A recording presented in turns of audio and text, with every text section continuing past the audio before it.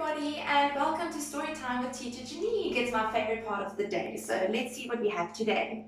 The Troll. Let's see. There was once a troll who lived under a bridge. That's where trolls are supposed to live. Meanwhile, far out at sea, there were some pirates who lived in a ship. That's where pirates are supposed to live.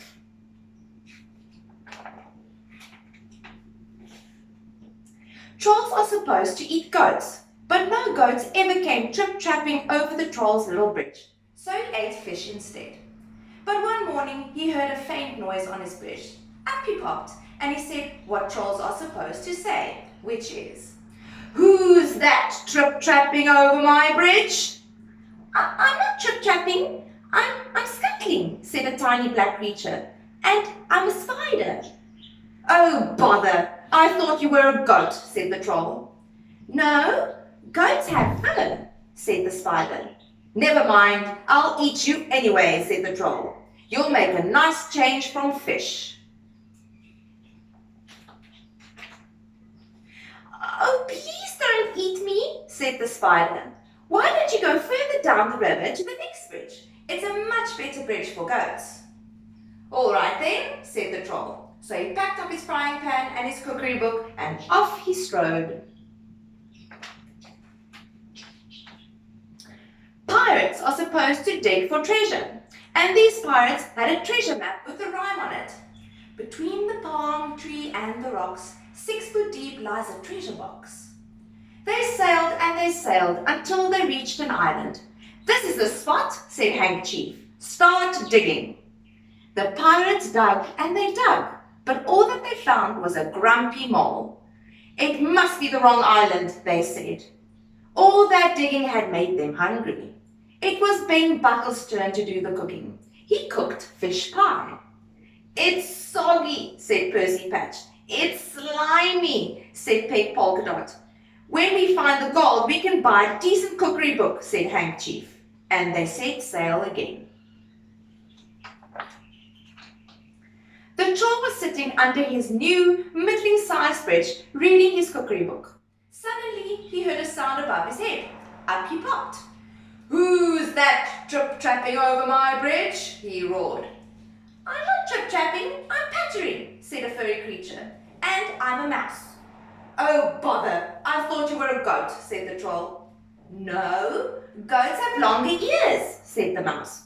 "Never mind, I'll eat you anyway," said the troll. "I'm getting sick of fish." "Oh, please don't eat me," said the mouse. "Why don't you go down to the next bridge? There are goats trip-trapping over that one all the time." "Very well," said the troll, and he packed up his things again and off he strode. Meanwhile, the pirates had discovered another island. They dug and they dug, but all that they found was a rusty old bucket with a crab in it. "It's the wrong island again," they said. That night, Percy Patch did the cooking. He cooked fish soup. "It's bony," said Ben Buckle. "It's briny," said Peg Polka Dot. "If only we could find the gold, we could pay for a proper cook," said Handkerchief. The troll was frying fish under his new big bridge when he heard a sound above his head. Up he popped. "Who's that trip-trapping over my bridge?" he bellowed. "I'm not trip-trapping, I'm lolloping," said the creature with long ears, "and I'm a rabbit." "Oh, bother, I thought you were a goat," said the troll. "No, goats have hooves," said the rabbit. "Never mind, I'll eat you anyway," said the troll. "Anything's better than fish." "Oh, please don't eat me," said the rabbit. "Why don't you walk down to the next bridge? There are herds of goats trip-trapping over that one." "Are you sure?" asked the troll. Once again, he packed up and off he strode. Meanwhile, the pirates were digging on a new island. They dug and they dug, but all that they found was an old Wellington boot with a nest of centipedes in it.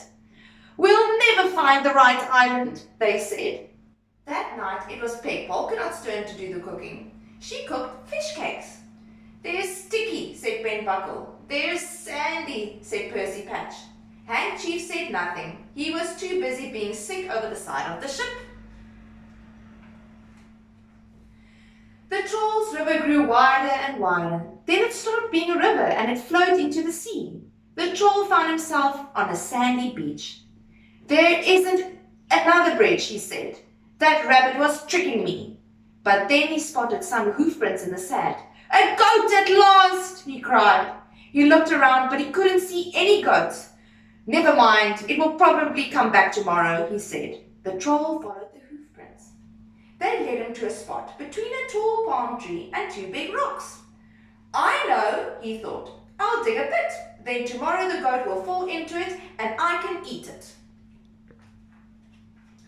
The Troll dug and dug with his frying pan. Just when he thought the hole was deep enough, the pan hit something hard. It was a great big chest. "Perfect," said the Troll.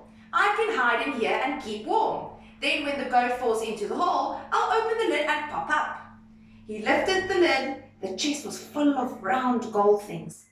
"These are no use to me," he said, and he threw them all into the sea. Then he climbed into the chest and lay down. "Tomorrow I can have goat for breakfast instead of fish," he thought as he drifted off to sleep. It was dark when the pirates arrived at the next island. "This is the spot," said Hank Chief. "But someone's been digging here already," said Ben Buckle. "Don't say they found the treasure before us," said Percy Patch. "No, look, here it is," cried Peg Polka Dot. The chest was heavy. "It must be full of gold," said Hank Chief. "Quick, back to the ship before anyone stops us." The Troll was woken by a loud bang. "That's my breakfast falling into the hole," he thought. But why was this chest heaving and swaying? And why is the lid opening? Surely goats couldn't open lids. The lid opened wide. Staring down at the Troll were 4 angry pirates. "Where's the gold?" shouted Hank Chief. I threw it into the sea," said the Troll. The plank, yelled Ben Buckle and Percy Patch. "Make him walk the plank." The next second, the pirates were pushing him onto it. "Who's that trip-tapping over my plank?" jeered Hank Chief. "I'm not trip-tapping, I'm shuffling," said the Troll in a very small voice. "And I'm a troll." He reached the end of the plank. His knees were knocking. "Jump!" yelled the pirates. But just then, Peg Polka Dot came running up. "Wait!" she cried. "I found something else inside the chest."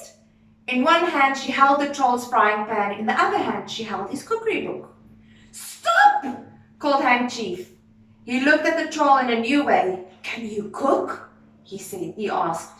"Yes," said the Troll. "And yes," shouted the pirates. "Then you can stay," said Hank Chief.